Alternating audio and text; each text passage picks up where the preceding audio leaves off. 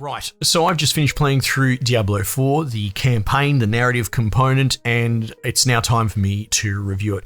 I will say this will be spoiler-free. I was tempted to go down the spoiler rabbit hole, but I come to realize that that's actually a different kind of content. So I'll just say at the front, I have a lot to say about the problems with this game and its narrative, but it requires me to give specific examples to break that down. Now, if people are interested in some sort of follow-up video, or potentially I'm thinking about doing a live stream of it and posting that, because it's something that requires a lot of open discussion and expounding upon the specific points, then let me know. So I thought I'd just front load that sort of info. Now, the nature of the beast when it comes to a Diablo game is that there are kind of two games in one. And so I need to set the goalposts appropriately here. The first sub-game, subsection, which is what we're going to be reviewing here, is the idea of a narrative that you just sort of travel through. You're not really min-maxing very hard. You're experiencing an interesting story, and this is how it's been done before with Diablo and other Blizzard games. And the second type of game, which seems to get the king's share of coverage online, 90% of all videos, seem to be about the end game, farming, min-maxing guides, class build guides, all that sort of stuff. Absolutely nothing to do with the narrative, and pure distilled in-game shenanigans, dopamine center. Now, don't get me wrong, I've got nothing wrong with playing through the end game of these sort of games. In fact, I really went hard in the paint on the seasonal runs for Diablo 3 Nephilim Rifts before bots became a problem. I used to jostle for position over the weekend when they'd launch for spots on the leaderboard. I really quite got into it and I quite like them. But again, that's not what this video is going to be. I feel like that sort of content has already flooded the space anyway. However, potentially I will actually continue to play the game into the end game, and if people are interested in that, we'll do a review on that. So let me just make it clear then. I'm putting the controls down at end of campaign. I haven't played World Tier 3 or 4. I haven't played with the Paragon board system, capstone dungeons, nightmare stuff, none of that. I've played with a bit of aspects, and they're interesting, and I find them to be actually a really cool value add when it comes to build diversity and accessibility in the lower levels. However, it's not something that you really spend a lot of time on pre-end game. Instead, I'd like to focus on the narrative experience. I think there's a not insignificant amount of casual type people that like Blizzard, like all the cutscenes, the sweeping narratives. Think StarCraft 1, Warcraft 3. And this company and a lot of its series has been running the length of a lot of gamers' adult lives. It's very impactful, and I really do think that there's a significant core that play these games for the narrative and then put it on the shelf and have no interest in the end game. And so my hope is to cater to them and talk to them. But the real tragedy is to report that this might be the single worst narrative of the entire Diablo franchise. It's very difficult when talking about in platitudes, but let me put it like this. It's not that I'm upset with the direction that it's gone narratively, not at all. It's the issue that its construction has fundamental flaws in it. It is riddled with contrivances. So many things happen and they make no internal sense. I'll throw you an example from the beginning of the game. Your character is fed blood that then gives them visions so as to locate and chase the antagonist Lilith through the game as some sort of bumbling detective B character. However, this cult that fed you the blood in that same meal got you drunk and drugged, knocked you unconscious, and brought you out the back to be strung up and killed. Now, all of this happens in the prologue. It's a light spoiler, I guess. This illustrates one tiny section of everything wrong with the game. So why on earth would you be fed this special, sacred to the... If you were a cult of rabid Lilith cultists, would you give her blood to the dude that you're about to string up and kill? Absolutely not. And it's never explained or anything like that, because the truth is the only reason that happens is because it's the hand of the director or writer showing itself from the sky and manipulating events so as to push their narrative, as opposed to the characters making their own sensible decisions along the way. I hope that serves as an example of what's to come. It's not a one-off. The game is full of deus ex machina when it paints itself into a corner. The pursuit with the antagonist is a dull one, where you tenuously pursue her on the back of convenient visions that tell you where she's going to be next, but nothing more than that, which culminates in a generally unimpressive finale. I think that's all I'm going to say on the story, other than it's brutally disappointing in its amateurish construction, especially following the finale that was Diablo 3. I know it's become a bit of a popular meme to pretend no one can remember the Diablo 3 story, which is such an absolute travesty because, without spoiling it, I know it's 10 years old, but it's still worth going back to experience. The final turn, the final act of Diablo 3 is earned, it blindsides you and goes into territory you would have thought off limits, and then to have this be its legacy, its successor, is truly very sad. However, the gameplay is solid. It's Diablo 3 Plus. There's been a lot of discussion about whether the skill tree that's being implemented in this is too simple, or maybe it's just right or whatever. Something I noticed is a lot of the talking heads around this seem to be people that play a lot of Path of Exile, that has really exploded into popularity between Diablo 3 and 4, and is incredibly complex, and I feel probably flavors the way people now look at the Diablo 4 tree. Something I haven't seen anyone really discuss is that functionally it plays very much like the Diablo 3 tree. Now, granted, you're getting points given to you every level and you put them into the linear progression, but functionally, it still works out to be you don't get the skills on X tier until you're level 30 or something, which is exactly what Diablo 3 was, except without the points system. Another similarity is that you'll pick and slot an ability and you will put an augment on it. And that's the same thing here. So it seems to have traded a sort of auto-unlock system for a point slotting system. And while it might look differently on the grid, from a functional perspective, like I said, it's Diablo 3 Plus. It's very similar. Now, I don't think that's a bad thing, because I quite like Diablo 3's structure. But if you're expecting some earth-shatteringly different core gameplay loop or progression loop, you're going to be disappointed. It's also worth mentioning the soundtrack as well. This soundtrack might be the strongest Diablo has ever been, which is a really big call. Blizzard's really good at sweeping orchestral music, but I truly think, and maybe there's a bias in there, but for whatever reason, I think they knocked it out of the park. The sort of through theme, especially prominent in the main city, the Kyovashad city, this sort of Russian romanticism, tragic violin soul. Oh, it's really good, man, and it will be stuck in my head forever. Another point that I think really needs discussing, and I don't see it being talked about in these terms, is the MMO injection or MMOification that seems to be going on here. I don't really play World of Warcraft because I'm not really an MMO person. And I quite like that Blizzard has this line between the two. If you want to play MMOs, you play WoW.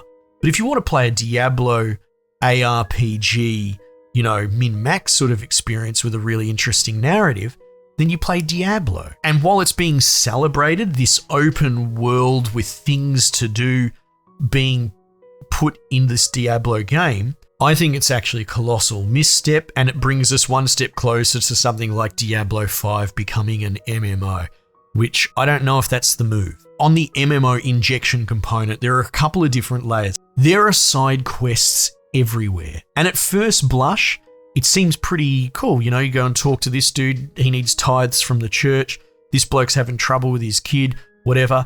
But then you start, after about 20 of these things, you start to realize they do follow a fairly similar short story, shallow rhythm. Yes, they're fully voice acted. Yes, there is some variance in them, but they're all still very surface level throwaway quests that you can knock over in a couple of minutes. And after a while, I found myself just ignoring them whole cloth. I filled my log up to 20, and I was not interested in hearing about some bloke's petty little one-paragraph problem that I have to help him with when I'm much more focused on saving the entire world from a demon on the loose. I feel that this take would draw a line between two camps. The more casual narrative people, like myself, perhaps feel the same way, whereas those that play MMOs for 12 hours a day, every day, probably can't see this issue. All they see is more value added to the product, which is perhaps unfair of me to say. I can't speak for someone that sees things differently to me, but what I can tell you is all I see is work product for the sake of work product, ultimately fairly shallow implemented stuff with the illusion of a value add. And this take of mine continues onto the wider open world as well. Diablo 4 is now kind of an open world game. And again, at first blush, it looks like there's a lot going on. These side quests are everywhere. These shallow little boring side quests are everywhere. There's collectible things all over the place, and there's a feedback reward loop as well for it. And this is all being praised by the same talking heads that condemn Ubisoft for making another Far Cry where you collect crap all over your map. So which one is it, guys? We have critics that hate Ubisoft's games and want them to change and grow with the industry. And at the same time, they're saying that this is somehow a value add to Diablo. I think it is an unwelcome addition that clutters as a game under the auspices of value add. As a quick aside, just a bit of a prediction actually, because I would be excited to try, the seasons when they start later on in Diablo. But you have these Lilith statues around the world, and there's like hundreds of them. You could probably open a map in a second window to go finding them. And they give you an account-wide, tiny 1 or 2 point incremental stat boost to all your characters. So I wonder, when the first season comes around for the race, and everyone is going to be racing from level 0 to 100, does that mean the dude that collected 400 boring collectibles gets a significant advantage over me? In which case, I don't know if I'm ever going to participate in the seasonal races. That just sounds awful. But back to the open world broadly. It seems to be being praised for its kind of biome diversity. And again, at first blush, I would agree. You have the central region, which has a very Eastern Euro-Slavic sort of vibe to it, accents and all. And then you go north into more of a muddier, snowy landscape where you're getting into more Celtic, Scots and Irish tribes. So these microbiomes of diverse little nationalities is really interesting. To the south, it's more of your Central European fields, and out to the west, you've got your Chaldean-esque desert cities, music and accents and regalia included. It's all really cool. But then, of course, you remember that the act system in Diablo covered this as well. You would just linearly move from one act to another. Your central city would move, and then you'll be in, Chaldean. You'll be in the desert. You'll be in the rainy marshes, that sort of thing. So again, this open world is being heralded as some sort of innovative value add, but you're being tricked. The diverse biomes and all that were always there. They were just locked to the act, and I can't understand why no one is mentioning that. And then, of course, there is the most MMO-like addition that could possibly be added. It's the horse. Again, at first blush, the idea of cruising around an open world on a horse, that seems kind of cool, doesn't it? Right? But remember, I don't play MMOs, so I come at this from a different angle, from someone that, again, if you live and breathe MMOs, you probably expect this sort of thing, and it's kind of normal. Walking around the open world starts to become a bit of a slog, the back and forth, the fetch quests, and about halfway through the campaign, you get rewarded with your horse, and then it all becomes painfully clear that the size and scale of the world is balanced around using a horse. And this is a really egregious gameplay misstep, that for half of the campaign, you are playing in a game space that is not balanced around your character's locomotion. Think of it from a back to front perspective. The entire scale of the world is big and kind of empty in a lot of spaces, but this is ignored a bit easily when you're zooming past things on a horse at 100 miles an hour. In a way, the horse is an equalizer that makes the world feel kind of smaller, kind of more accessible. So, with that in mind, the game is built, designed, scaled, and balanced around the back half of the game having a specific tool. So what's different in the front half? Well, you don't have the horse, but it's still the exact same space. So it's a slog. Everything takes 3 times longer than it's supposed to be to get. Is there any sort of implemented mechanic to balance this or change this? No.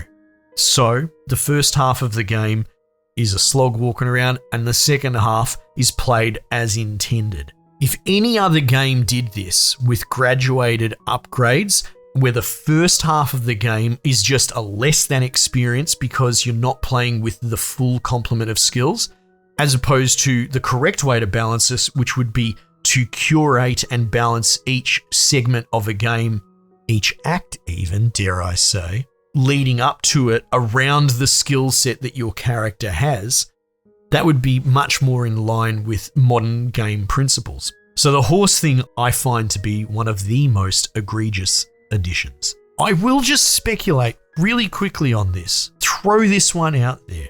A lot of the talking heads that are celebrating Diablo, that are Diablo streamers or players or whatever, do seem to come from an MMO background.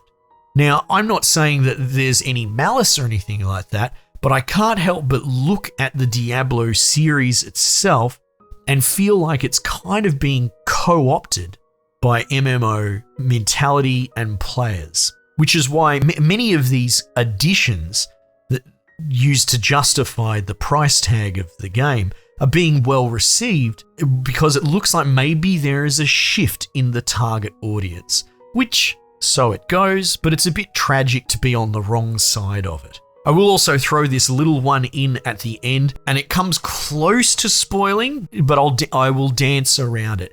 And that is the disposal of multiple characters in this game from just unusual circumstances. No names or specifics or anything like that, but consider one of the main characters gets killed by a scratch from a monster hanging out of a pillar thing. After everything that they've been through, they get scratched. Another character off screen gets their hand bitten by a ghoul and they have to amputate their whole arm. And yet another character, in fact a legacy character from Diablo 2, is brought back only to be, and I shit you not, killed off screen when you walk away from him to do an objective. I can't understand how this sort of disrespect to a character can be accidental. I don't want to see malice where malice isn't there, but how do you do something like this 3 times by accident? It's boggling, and I don't know how else to describe a lot of what happened here other than it feels like there are 2 teams working on Diablo. There's the narrative writing brains trust, and then there are the programmer, coder, gameplay dudes. And those guys, they nailed it. Knocked it out of the park. Blizzard, the usual stamp of approval. And then all the other stuff, yuck. So what would I say at the end of all this? An absolutely devastatingly, disappointingly, poorly constructed narrative. If you are interested in the Diablo narrative, I don't know, watch the cutscenes on YouTube maybe and enjoy the discourse around it. However, if you're an ARPG enthusiast and you want something to invest into for the next 6 months that's going to be engaging and absorbing, this probably is going to hit the mark. However, given the fact that I haven't really gone into the full review beyond the campaign. It's difficult for me to say either way. Anyway, so that's my review for Diablo 4. It's such a shame to see something like this happen, but I hope that I have been even-handed with my assessment. There is no malice in my heart. There's disappointment, but I'm not a negative YouTuber. I don't like bashing games for the sake of it. However, I truly want to be honest in my appraisal. If you have any feedback, I would welcome it in a sort of comment. Doing the usual sort of like, subscribe things, joining as a member, that sort of stuff would be really helpful. But ultimately, feedback through a comment is the really big thing. I really enjoy that and hearing what people have to say. And you can potentially help shape the way that I'm doing these reviews in the future. Thanks for watching and take care.